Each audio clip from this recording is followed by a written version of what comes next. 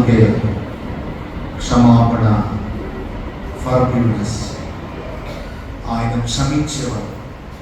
క్షమాపణ అంటే అర్థం ఏంటంటే క్యాన్సిలేషన్, భేదాలను కూడా తొలగించాడు. కురేనీయుడైన సీమోను ఆసక్తిగా చూస్తున్నాడంట ఆ సమూహంలో నుండి ప్రభువుని, ఆయన ముఖాన్ని, ఆయన శ్రమ, ఆ శ్రమ దీని ముఖంలో కనబడు. ఎందుకంటే ఎంత ఇంట్రెస్ట్గా చూస్తున్నాడు. ఆయన తూలి పడుతున్నాడు పదే పదే.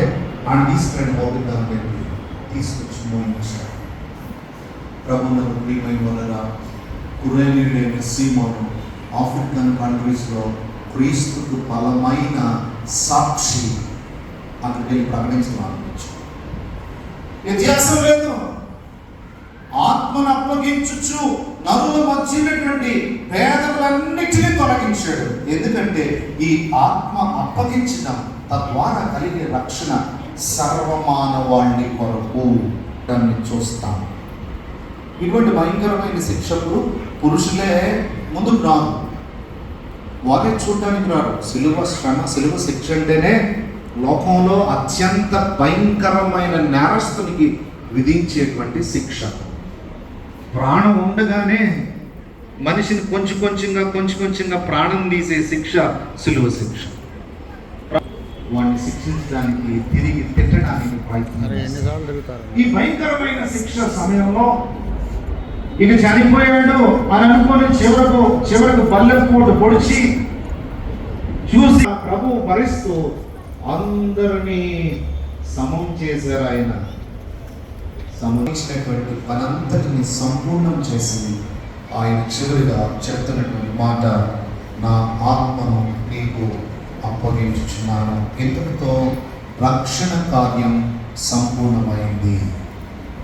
మానవులు తరతరాలుగా ఎదురు చూస్తున్నటువంటి రక్షణ ఎంత గొప్పది అంటే ఎక్కడ విలువ పెట్టి మనం కొనలేము. బయట ఎక్కడ ఇది దొరికేది కాదు. ఈ రక్షణలో నిలకడ లేకుండా మేము పడిపోతూ ఉంటే, తొలగిపోతూ ఉంటే మరలా ఆయన్ను సిలువ వేసినట్టే.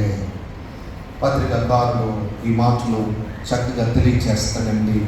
హెబ్రీయులకు రాసిన పత్రిక 4వ అధ్యాయంలో గమనించినట్టయితే శ్రేష్టంగా మనం ఈ మాటలు 6వ అధ్యాయం 4వ వచనం చూడండి. ఒకసారి వెలిగింపబడి పరలోక సంబంధమైన వరమును రుచి చూచి పరిశుద్ధాత్మలో పాలివారై ఆయనను అవమానపరుచుతున్నారు. ఈ రక్షణ నిర్లక్ష్యం చేయొద్దు. రక్షణ ఉచితమే కానీ చౌక కాదు. ఉచితం ఇది, చౌక మాత్రం కాదు, తేలికైంది కాదు. ఇది మహోన్నతుని మాటలన్నింటిని వింటూ వచ్చాను. నా ఆత్మను నీ చేతికి అప్పగించుచున్నాను. క్రైస్తవుడు 40 దినములో గొప్ప యాగంగా, యజ్ఞంగా మనం కొనసాగాం. ప్రతిరోజు పండగే. మేము అనుకున్నాం ప్రతిరోజు ఒక సువార్త సభ, ప్రతిరోజు గొప్ప లైటింగ్స్ మధ్య, సంగీతం మధ్య, ప్రతిదినం చక్కని సందేశాలు వింటూ వచ్చాం. మన జీవితాలను పరిశీలన చేసుకుందాం. మన ఆత్మీయ జీవితాలు పరికించి చూసుకుందాం. మరెన్నడూ తొలగిపోకుండా, తప్పిపోకుండా క్రీస్తులో స్థిరంగా ప్రార్థనాపూర్వకంగా మనకు సాంప్రదాయం ఉంది. వేసే మరణాన్ని రూపొందిస్తూ 33 బెల్స్ మనం ఈ ఆరాధన ఉపయోగించుకుంటాం.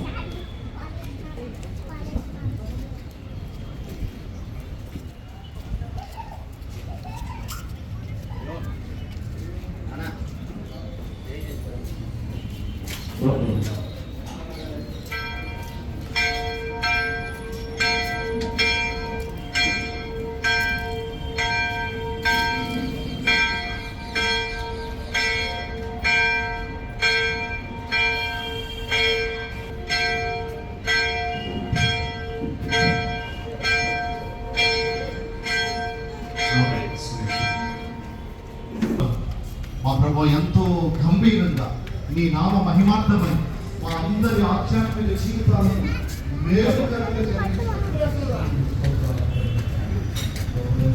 పిల్లలకి ఇచ్చిన వాళ్ళు ఇస్తాను వస్తూ ఉంటారు.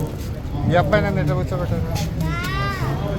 మీ కూడా హలో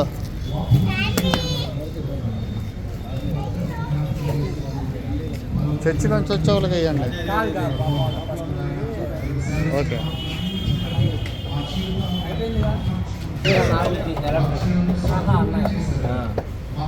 ఆడు పెయింటర్.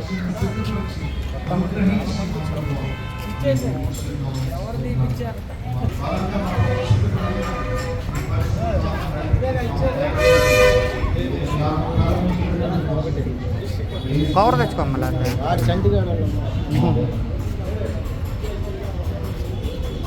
దృష్టికి తోడై ఉండి దీవించును గాక. ఆమేన్. శరణు యేసు శరణు శరణు శరణు యేసు శరణు శరణు శరణు శరణు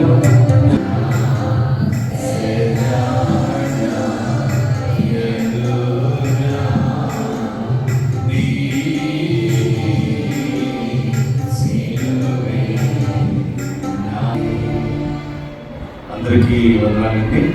దయచేసి ఒక 2 నిమిషాలు కూర్చుంటే స్థాపన శ్రేష్టమైనటువంటి వరుసలు 2025వ వరుసలో సెలవు జ్ఞానకాల ఆరాధనలు మొదటి దినం నుండి ఈ